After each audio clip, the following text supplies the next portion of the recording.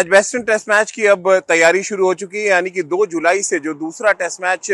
खेला जाएगा Edgbaston Birmingham शहर में। इस मैच में क्या जसप्रीत बुमराह खेलेंगे, ये अपने आप में एक ऐसा सवाल है जिसका जवाब हर कोई ढूंढना चाहता है। अब आज जो बंद कमरे में यानी कि पर्दे के पीछे जो प्रैक्टिस सेशन हुआ है, वहां से जो खबरें निकल कर आ रही हैं उससे संकेत तो कुछ और ही मिल रहे हैं, क्योंकि जसप्रीत बुमराह ने आज इस प्रैक्टिस सेशन में गेंदबाजी नहीं की और ऋषभ पंत ने बल्लेबाजी नहीं की, यानी कि 2 इंपॉर्टेंट प्लेयर्स ने आज इस प्रैक्टिस सेशन में हिस्सा नहीं लिया है। सबसे पहले बात जसप्रीत बुमराह की कर लेते हैं। जसप्रीत बुमराह जिन्होंने लीड्स टेस्ट मैच में यानी हेडिंग्ले के मैदान पर पहली पारी में 5 विकेट लिया था और एकमात्र ऐसे गेंदबाज नजर आए थे जो अंग्रेज बल्लेबाजों को परेशान कर रहे थे। जिस लाइन और लेंथ पे वो गेंदबाजी कर रहे थे, लगभग हर स्पेल में उनके लगा कि वो बल्लेबाजों को आउट कर सकते हैं या बल्लेबाज उनकी गेंदबाजी को लेकर खासे परेशान है। अब जसप्रीत बुमराह के बारे में जिस तरह से गौतम गंभीर ने कहा कि वो सिर्फ 3 टेस्ट मैच खेलेंगे, और ऐसे में अब हर किसी के जहन में ये बड़ा सवाल है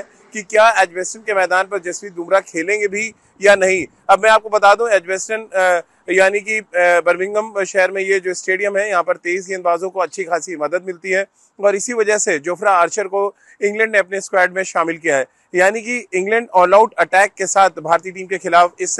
मैच में उतरना चाहता है। वहीं अगर हम भारतीय टीम की बात करें तो वो बहुत ज्यादा सिलेक्टिव होने के मूड में है, और मुझे आज तक समझ नहीं आया जब मुंबई से टीम रवाना हुई थी कि तो गौतम गंभीर को ये कहने की क्या जरूरत थी कि सिर्फ 3 मैच ही जसप्रीत बुमराह खेलेंगे। ये तो जसप्रीत बुमराह को डिसाइड करना था, या टीम मैनेजमेंट को डिसाइड भी करना है कि वो 3 मैच खेलेंगे, तो ओपोनेंट को बताने की क्या जरूरत है। और ऐसे में इसी वजह से इंग्लैंड में हर कोई ये बड़ा सवाल इस समय लेकर घूम रहा है कि जसप्रीत बुमराह क्या बर्मिंघम में खेलते हुए नजर आएंगे, क्या एजबेस्टन में उनकी गेंदबाजी भारतीय टीम को जीत दिला पाएगी, क्योंकि एकमात्र ऐसे गेंदबाज इस पूरे दौरे पर अभी तक नजर आए हैं जिनकी गेंदबाजी में वो पैनापन था, जो न सिर्फ रनों के बहाव को रोक सकते हैं बल्कि विकेट लेने की क्षमता भी दिखा चुके हैं। और ऐसे में अब जसप्रीत बुमराह क्योंकि प्रैक्टिस सेशन में आज